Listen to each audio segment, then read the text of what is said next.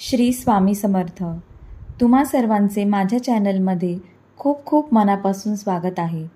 स्वामी कृपेने तुमचा आजचा दिवस चांगला जाओ आणि तुमच्या सर्व चांगल्या इच्छा पूर्ण होत अशी स्वामी चरणी प्रार्थना करते आणि आजच्या व्हिडिओला सुरुवात करते। संकष्टी चतुर्थीचे व्रत हे भगवान गणेशांना समर्पित आहे। चतुर्थी प्रत्येक महिन्यात 2 वेळा येतात। पंचांगानुसार वैशाख महिन्याच्या कृष्ण पक्षातील चतुर्थीस संकष्टी चतुर्थीचे व्रत केले जाते।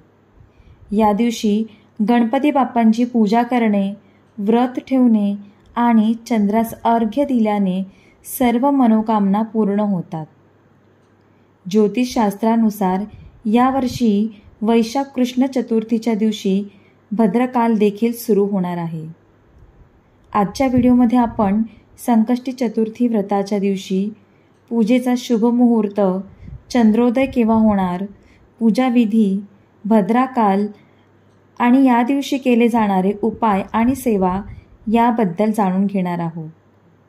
त्यापूर्वी चॅनलला लाईक, सबस्क्राईब आणि शेअर करायला विसरू नका आणि कमेंटमध्ये लिहा ओम गम गणपतये नमः।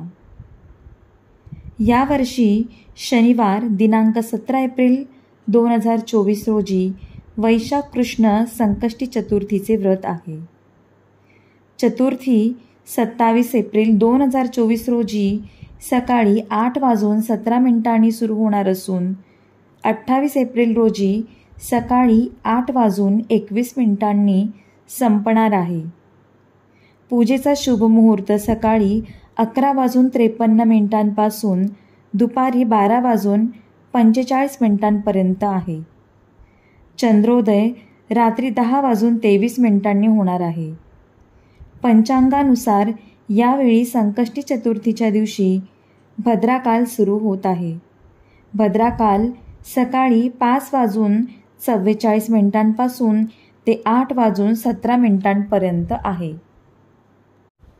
चतुर्थीच्या दिवशी सकाळी लवकर उठून स्नानादी आटोपून व्रताचा संकल्प करावा। पूजेचे स्थान स्वच्छ करून पूजेची मांडणी करावी।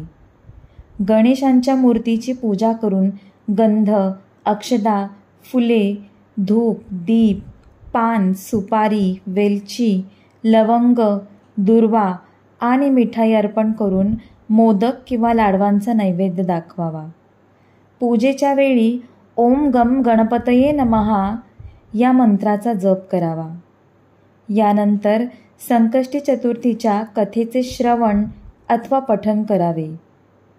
रात्री चंद्रास अर्घ्य देऊन चंद्राची पूजा करावी आणि व्रत पूर्ण करावे। आता आपण या दिवशी करायच्या सेवा आणि उपाय यांबद्दल जाणून घेणार आहोत।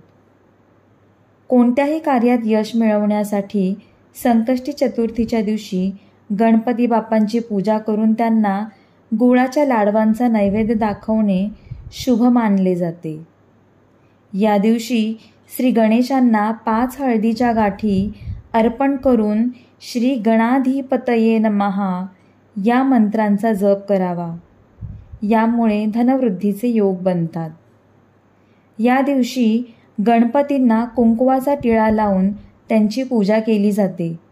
कुंकू सौभाग्याचे प्रतीक मानले जाते, म्हणून या दिवशी श्री गणेशांना कुंकू अर्पण केल्याने सौभाग्य वृद्धी होते। व्हिडिओ आवडल्यास चॅनलला सबस्क्राईब करायला विसरू नका।